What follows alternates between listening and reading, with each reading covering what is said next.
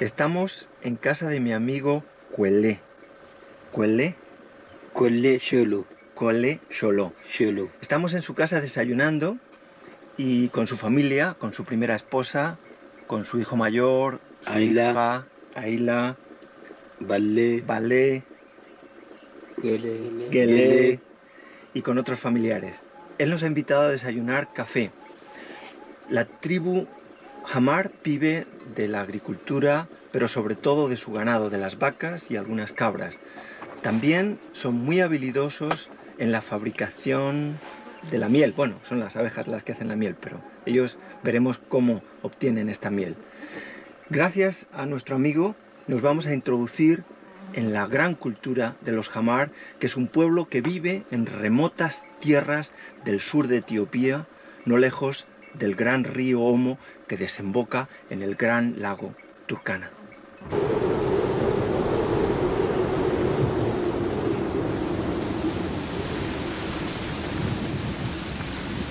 Estamos en el Cuerno de África, en Etiopía, también conocida como el Techo de África, donde los especialistas localizan la cuna de la humanidad hace más de 3 millones de años.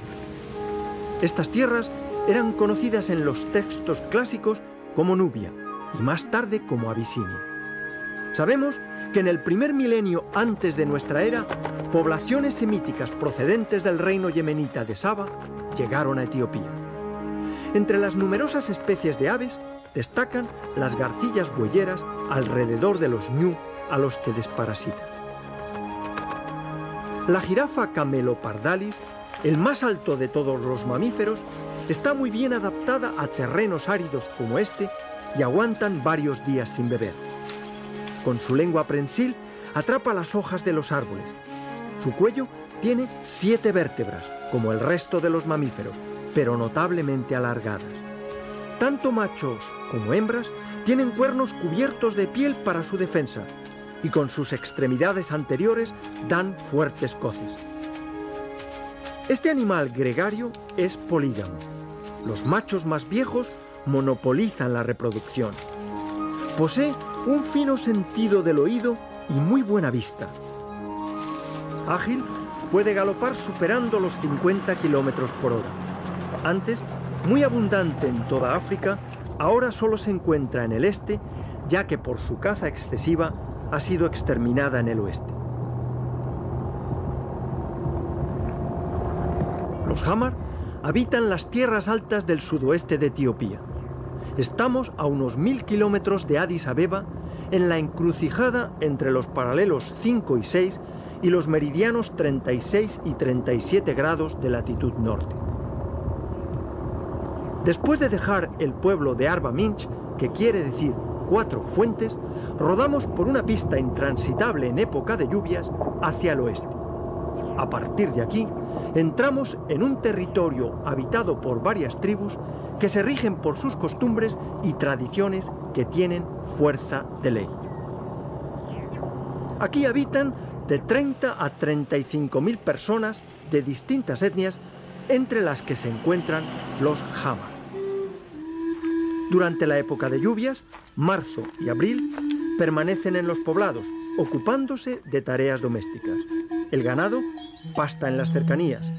Después de las lluvias, de mayo a septiembre, los pastores se trasladan con sus ganados en busca de pastos. De noviembre a febrero, ya en plena estación seca, se cultivan los campos de sorgo, mijo y maíz. Los hombres han adoptado las cartucheras negras de piel como parte de su indumentaria distintiva. Las chozas cubiertas de paja son de planta circular. Cada casa es habitada por una mujer que puede ser primera o segunda esposa y sus hijos. Entre los Hamar funciona un parentesco ritual por el que un visitante no solo es acogido según reglas de hospitalidad, sino que es realmente introducido en una familia mediante una especie de adopción. En mi caso, fui adoptado por la familia que ya les presenté. Cuelé, el patriarca, era mi amigo, pero en el contexto social Hamar actuaba como un padre. Tiene 2 esposas y 11 hijos. Con el mayor Aila vamos a su campo de sorgo, el cereal más extendido en África, pues crece mejor con el calor y es muy resistente a la sequía. Sin embargo, es preciso defender el grano casi maduro de unos voraces vecinos, los pájaros. Esta es precisamente una trampa. Tal dificultad hace convertirse a los hamas en espantapájaros vivientes. Niños y jóvenes pasan la mayor parte del día, en la época previa a la cosecha, sobre plataformas elevadas, espantando a los intrusos con ayuda de sus ondas. El país ha sufrido hambrunas de forma sistemática a lo largo de la historia por depender de la lluvia de forma inmediata. No hay embalses ni otra forma de aprovisionamiento, de manera que si la lluvia se retrasa, la cosecha no llega y aparece el hambre. En los núcleos urbanos de Etiopía y áreas más densamente pobladas, el hambre es inevitable, pero en el caso de los Hamar, al disponer de sorgo y mijo, cereales que pueden conservar en sus graneros durante bastante tiempo, la falta de lluvias es menos dramática.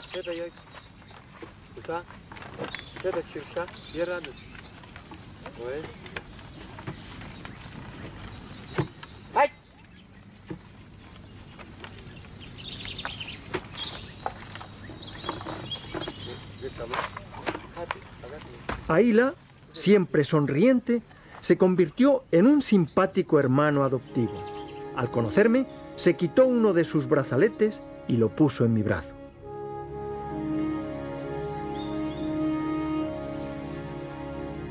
Gadi es una primera esposa y, como todas, se distingue por su collar de hierro con una prominencia anterior.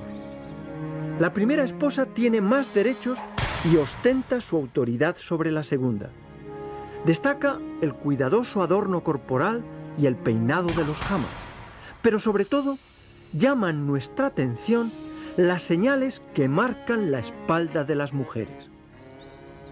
El castigo corporal forma parte de las costumbres matrimoniales de esta etnia.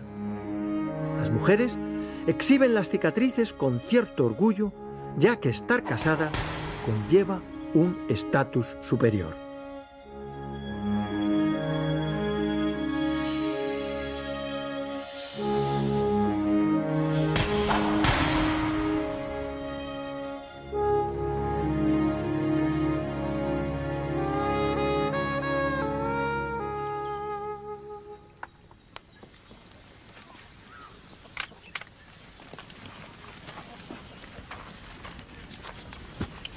Los Hamar dedican mucho tiempo a embellecerse. Perforan los lóbulos de sus orejas, llevan brazaletes y pulseras. Destaca su peinado con trencillas, al que dan mucha importancia y desde muy jóvenes comienzan a exhibir una gran coquetería. El atuendo de la mujer consiste en una falda y un delantal de piel. Su vestido se adorna con varias filas de conchas marinas que se obtienen mediante trueques de tribu a tribu desde las lejanas costas del Océano Índico. La piel se protege y maquilla con una mezcla de polvo ocre y manteca de vaca, cosa que también encontramos en otros pueblos ganaderos como los Himba y los Tatoga. Esta sería una prueba más del origen nilótido de estos pastores africanos del centro y sudoeste de África. También es costumbre bastante extendida y compartida con otras tribus extirpar los incisivos inferiores centrales. A los hombres también les encanta adornarse con pendientes y brazaletes y llevan un pequeño asiento de madera que además les sirve de cabecera. Con la punta de su cuchillo realizan incisiones de líneas y formas geométricas. En nuestra convivencia pude comprobar que además de malaria sufrían de parasitosis intestinales. Sin embargo, el nivel de nutrición era aceptable al combinar una dieta vegetal con las proteínas de la carne. El agua, fuera de la época de lluvias, es cada día más costosa de encontrar. Para ello han de cavar en la cuenca del río seco y en recipientes de calabazas la transportan hasta el poblado. Estas calabazas, cortadas por la mitad, hacen de enormes tazas para tomar una especie de infusión de café que ofrecen amablemente a todas horas y es difícil rechazar. Tribus como los Hamar conocen bien la naturaleza de sus tierras y su ingenio los hace encontrar siempre agua con mayor o menor dificultad durante todo el año. Como en toda África, el trabajo de buscar agua es propio de la mujer. Un cuento Hamar recoge que para que un niño retrasado en el lenguaje comience a hablar, un buen remedio es viajar hasta las aguas del río Kara o del lago Galeb. El fluir de las aguas facilitaría el de las palabras. Continuamos atravesando el territorio Hamar, donde aún hay vida salvaje como el impala de África Oriental. Ahora es la época de las competiciones entre machos rivales que han de defender sus harenes de 15 a 20 hembras. La hembra es similar al macho, pero más pequeña y sin cuernos.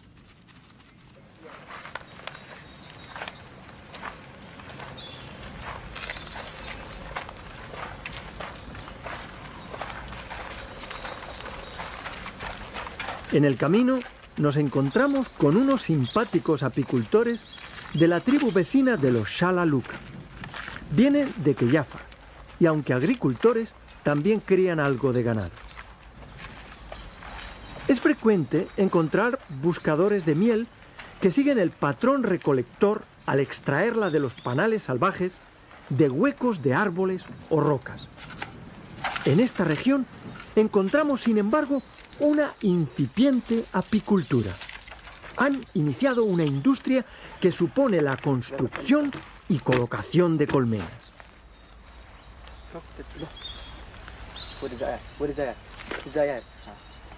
Los hombres son Charca y Sarse, y la mujer se llama Bado.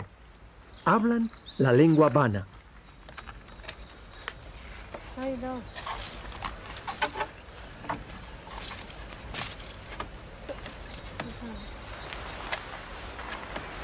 La miel constituye la principal producción artesanal local y nadie osa tocar el contenido de sus colmenas en ausencia de sus propietarios. Son muy estrictos en el respeto a esta costumbre.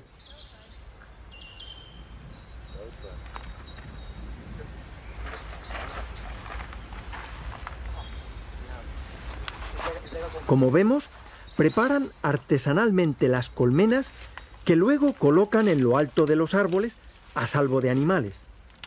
Las abejas construyen fácilmente sus panales en estos troncos huecos y depositan allí la miel que tanto apasiona a los Bana.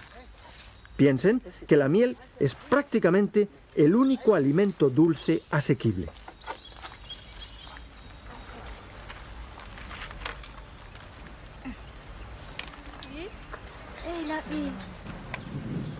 Bromeamos con Bado, a quien dijimos que era una mujer de armas tomar. Les preguntamos por el camino hacia un importante mercado al que deseábamos acudir. Desde las primeras expediciones a estas regiones a finales del siglo pasado, la historia está plagada de guerras y por ello su afición a las armas, que han obtenido con relativa facilidad de desertores o mediante trueques.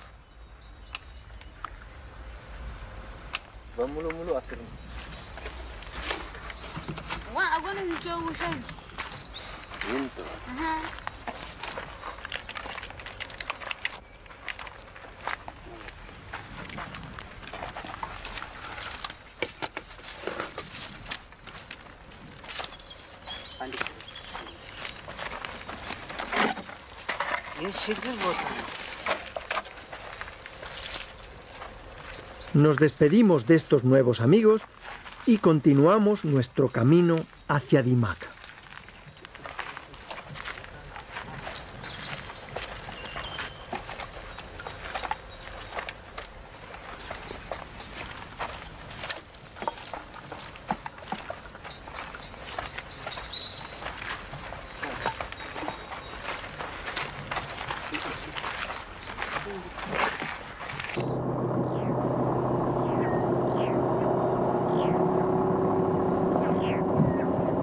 Después de atravesar un abandonado camino en el que ya no encontraremos gasolina ni suministro alguno, llegamos al mercado local en Dimaca.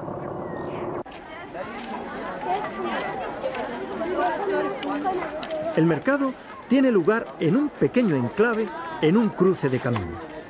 Aquí acuden periódicamente, cada 2 semanas, individuos de las distintas tribus de la región para comprar y vender sus productos.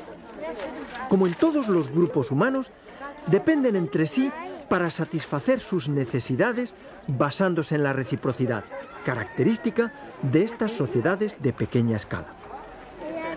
El uso del dinero, la birra etíope, está bien extendido.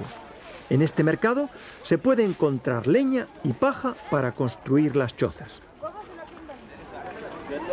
Pueblos como los que aquí acuden a intercambiar producen bienes en pequeña cantidad.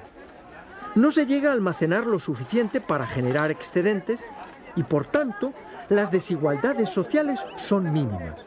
En cambio, en sociedades industriales de gran productividad, sí ha habido aumento de la desigualdad que ha llevado a mecanismos de control para proteger la riqueza.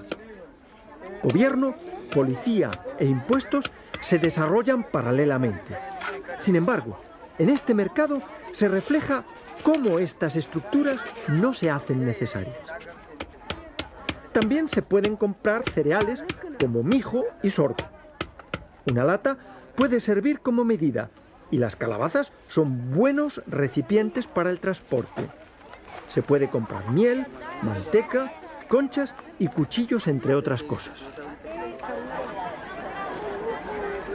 Horario y calendario tienen poca importancia en este mercado. Como en el resto de Etiopía, se rigen por el calendario juliano, que los sitúa 7 años y 8 meses de retraso con respecto al nuestro, dando idea del aislamiento y de la permanencia en el pasado.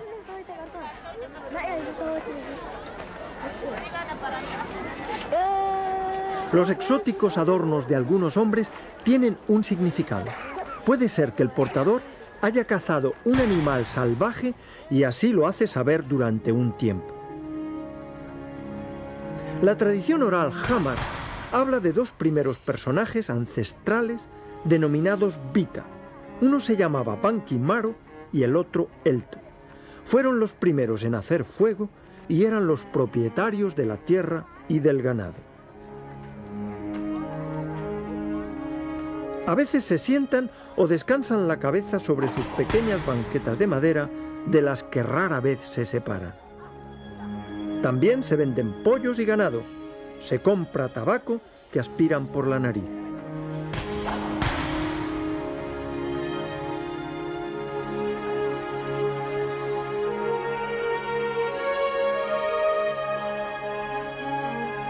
Este individuo con el cuerpo pintado de blanco pertenece a la tribu Kara, emparentada con los Hamar, y que habitan en el Valle del Omo.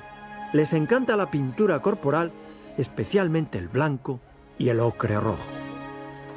Las relaciones con los grupos colindantes son variadas. Algunos son viejos enemigos, como los Mursi y los Borana, mientras que los Turkana son amigos. Aún se sabe poco sobre los Hamar. Por su vocabulario deducimos que fueron primero agricultores y después ganaderos. Según su mitología, eran originarios de las montañas donde practicaban la agricultura y después, por el contacto con los pastores nilótidos occidentales, adoptaron la ganadería. Todo mercado como este se justifica por el hecho de que las distintas economías no son casi nunca autosuficientes. Así, el comercio entre distintas regiones es un rasgo de todos los sistemas económicos, desde los más arcaicos hasta los más sofisticados. Incluso en pequeños mercados locales como este, se adquieren bienes que pueden provenir de lejanos confines, como las conchas marinas y las cuentas de colores. Las conchas han servido como moneda hasta hace poco. Este polvo rojo es utilizado como pigmento corporal por las mujeres. Se vende en medidas pequeñas. Los Hamar hablan una lengua homótica que es un subgrupo de la familia lingüística cushita. Practican la circuncisión, como es la costumbre entre las etnias de esta región. Sin embargo, no todas, pues otros como los Ñangatón y los Mursi no se circuncidan. Como hecho social, el mercado vincula a las tribus y los jóvenes encuentran una buena ocasión para el flirteo. Estos encuentros se consolidan después en las danzas que se celebran a la caída de la tarde. Los rojos y vivos colores del atuendo femenino son llamada para los mozos, que como este, no pueden resistir a los encantos exhibidos por la sonriente joven.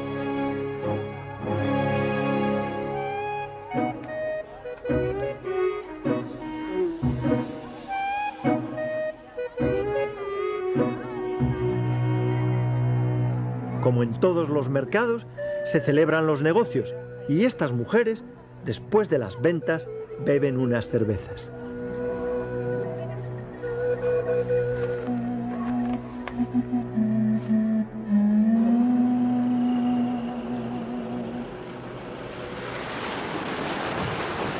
Antes de que caiga el sol, dejamos Dimaca y nos dirigimos al lugar en el que durante toda la noche los jóvenes danzarán y entablarán amistades.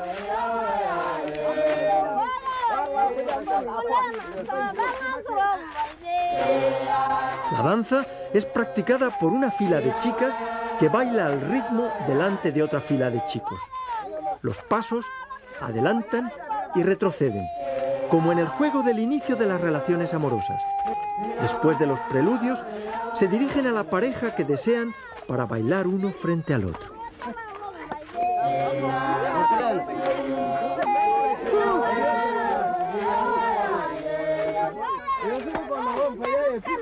Música y danza son universales como lo son sus efectos emocionales y fisiológicos. Provocan un sentimiento emocional de bienestar o euforia que hace que se usen con fines de seducción o patrióticos como tambores de guerra o inducir posesiones de espíritu o estados de trance.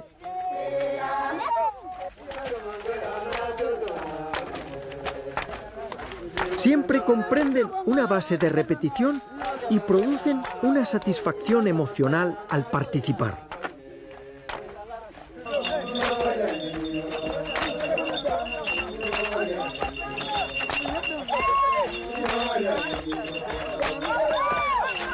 Puede que no haya diferenciación entre sonido y movimiento como entendemos en Europa, y más bien sea un todo indistinguible como precisamente lo representa el lenguaje.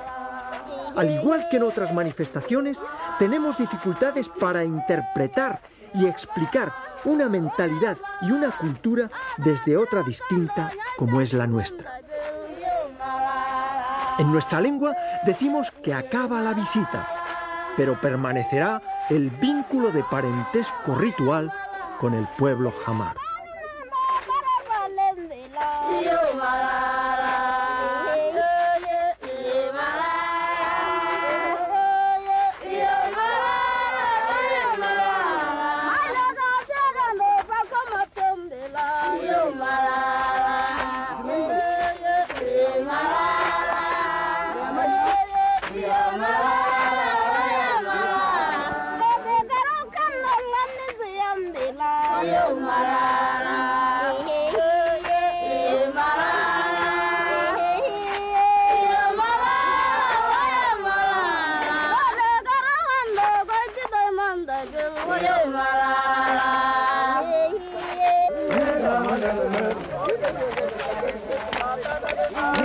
No, no, no, no.